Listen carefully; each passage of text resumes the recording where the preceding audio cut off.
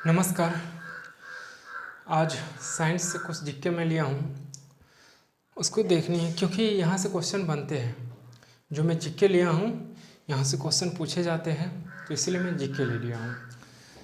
Science का जब भी समय मिलेगा मैं वैसे तो मैं करवा रहा हूँ साइंस, क्योंकि साइंस अपने आप में एक बड़ा ही कठिन विषय है, टफ है। नहीं, बिना पढ़े आप नहीं पढ़ा सकते हो। फिर भी मेरी कोशिश रहती है जैसे ही समय मिलता है मैं पढ़ के आपके लिए वीडियो बनाकर अपलोड करूँ। तो साइंस से मैं जीके लिया हूँ, जीके भी चलती रहेगी साइंस की। जो मुझे लगेगा कि ये ज़रूरी है तो मैं उसको जीके के रूप में अवेलेबल करा दूँगा। केवल साइंस का ही नहीं, किसी भी विषय में अगर लगे कि जीके के लिहाज से ये महत्वपूर्ण है तो उसको मैं करवा दूँगा। बाकी हम सब्जेक्ट वाइज पढ़ रहे हैं उसमें तो सारी चर्चाएँ होंगी ही, फिर भी जीके जानना जरूरी रहता है क्योंकि यहाँ से क्वेश्चन बनते हैं। यहाँ पर अगर आप जान जाओगे फिर वहाँ पे पढ़ोगे तो माइंड में बनी रहेगी। तो यहाँ से क्वेश्चन बनते हैं जीके से। तो छोटी वीडियोस रहेगी 5 से 7 मिनट की, क्योंकि मेरी प्रयास रहती है कि छोटी से छोटी, पूरी कोशिश करता हूँ कि छोटी से छोटी वीडियोज़ रहें। नहीं, एनीवे 5 से 7 मिनट, ताकि आपका समय बचे, मेरा भी समय बचे। ठीक है, साइंस जीके देखिए, आपको नहीं दिखाई देती हो मेरी आवाज़ सुनिएगा क्योंकि ये इम्पोर्टेंस है। चलिए, नंबर 1, जीव विज्ञान का जनक किसे कहा जाता है? नहीं तो अरस्तु को। ये क्वेश्चन आया हुआ क्वेश्चन है, जितना भी है हिस्ट्री का, ज्योग्राफी का, साइंस का, मैथमेटिशियन का, जो भी है सबका जनक को देख लीजिएगा एक बार। जीव विज्ञान का जनक अरस्तु को कहा जाता है। जंतु विज्ञान का जनक लेमार्क। जंतु विज्ञान का जनक किसे कहा जाता है? लेमार्क जी को। जैव विकास को सर्वप्रथम समझाए, यानी कि लेमार्क जी समझाए थे। एक मिनट, ठीक है, लेमार्क जी, हाँ, जैव विकास को सर्वप्रथम समझाया लेमार्क। चिकित्सा शास्त्र का जनक किसे कहा जाता है? हिपोक्रेटस। चिकित्सा शास्त्र का जनक किसे कहा जाता है? तो हिपोक्रेटस को। आपको दिखाई देती होगी, मैं ना दिखाई दूँ ये परवाह नहीं है। आप जो शब्द हैं उनको देखिए, सेंटेंस जो है जो मैं करवा रहा हूँ, मेरी आवाज़ को देखते हुए इसको देखिए। चिकित्सा शास्त्र का जनक हिपोक्रेटस। ठीक, उसके बाद वनस्पति विज्ञान का जनक वनस्पति थियोफ्रेस्टस। वनस्पति विज्ञान का जनक थियोफ्रेस्टस। ठीक, आधुनिक रसायन विज्ञान का जनक लेवोजियर।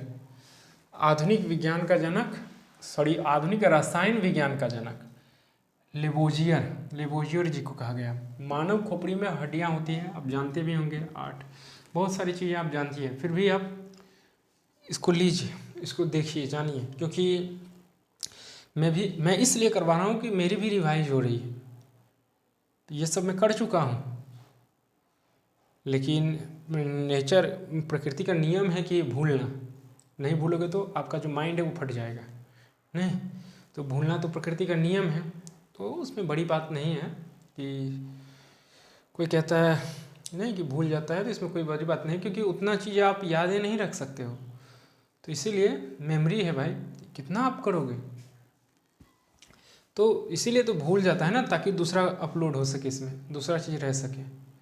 नहीं, अगर भूलेगा तो मेमोरी ही फट जाएगी। ठीक, तो मानव खोपड़ी में हड्डियाँ होती हैं 8। ठीक, मनुष्य का हृदय धड़कता है 72 बार मिनट में। नहीं, मनुष्य का हृदय धड़कता है 72 बार मिनट में, 1 मिनट में। ठीक है, मस्तिष्क का वजन होता है 1350 से 1400 ग्राम। एक बार कहीं पे हम पढ़े थे, मतलब अरे गवर्नमेंट स्कूल में नहीं होती है कि जब आप 4-5 में पढ़े थे, जीके आया था, तो उसमें दिया था कि आत्मा का वजन होता है। अब आत्मा का भी वजन होता है, तो बहुत सारी किताबें हैं, 13 की 14 ग्राम करके था शायद, 14 ग्राम, लेकिन ये झूठा है। इस तरह की किताबें आप मत लीजिए। नहीं, जो ऑथेंटिक जो है, मतलब बढ़िया बुक है किसी राइटर का, उसको पढ़िए आप। एनसीईआरटी का कोशिश कीजिए, एनसीईआरटी ही रहे, क्योंकि वर्तमान में सब जगह एनसीईआरटी ही है और वहीं से क्वेश्चन बनते हैं। चाहे कोई भी कॉम्पिटिटिव एग्जाम हो, एनसीईआरटी आपको पढ़ना पड़ेगा। विदाउट एनसीईआरटी के आप क्वालिफाइड नहीं कर सकते हो कि कोई एग्ज़ाम नहीं होगी एग्ज़ाम क्वालिफाई। तो इसीलिए कोशिश कीजिए कि NCERT से हम पढ़ें, ठीक है। मस्तिष्क का वजन होता है 1350 से 1400 ग्राम। शरीर की सबसे बड़ी हड्डी फीमर, शरीर की सबसे बड़ी हड्डी फीमर। शरीर की सबसे छोटी हड्डी स्टेपिस, शरीर की सबसे छोटी हड्डी स्टेपिस, बड़ी फीमर और छोटी स्टेपिस। वहाँ देख लेते हैं। शरीर में सबसे मजबूत हड्डी जबड़े की हड्डी जो होती है वो सबसे मजबूत होती है। उसके बाद शरीर का सबसे बड़ा ग्रंथि जो है लीवर जो होता है यकृत, शरीर का सबसे बड़ा ग्रंथि जो सबसे बड़ी ग्रंथि होती है ना, क्या है? यकृत लीवर है, ठीक। 7 मिनट की वीडियो रहेगी, 5 से 7 मिनट, वही देख लिया हूँ। अच्छी हैं, छोटी छोटी वीडियोज़ रहेगी। अब देखोगे एक बार, आपका समय बचेगा और नॉलेज भी आ जाएगी।